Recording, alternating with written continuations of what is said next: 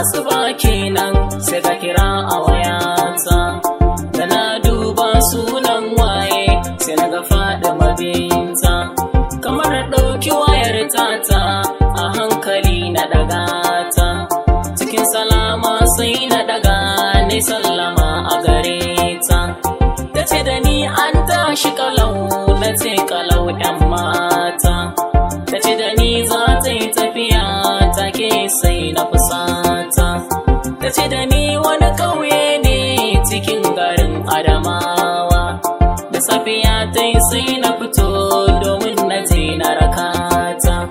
Na gama wanka na sa kaya na ɗau farar motata, na je gidansu na ɗauke su dukansu har abanta.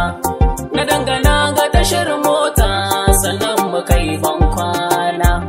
Kwana biyu da isa Adamawa ni kuma na tafi kawo.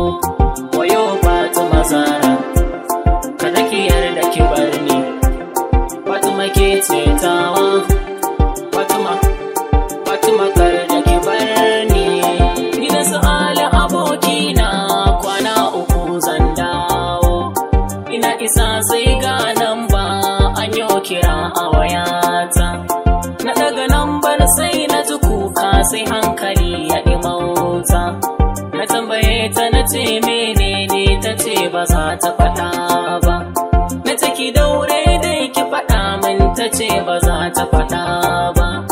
Fatima Zara ki min alfarma ki tausaya ki duba. Duk abin ya dame ni na daina jin muryarta.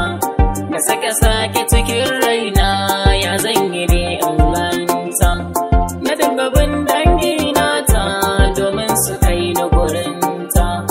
Toyo da gobe ana taka sai ga kiran lambarta.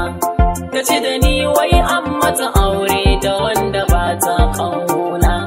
Sai na ji tamkar allura an tantakan a jikina. Na faɗi zaune ina kokawa ina ta wayo kaina. Fatima ta tafi ta bar ni, Fatima ta tafi ta bar ni, Fatima ta tafi ta bar ni. Ku tara karo na gaba domin ci gaban wannan waƙar Fatima Zara.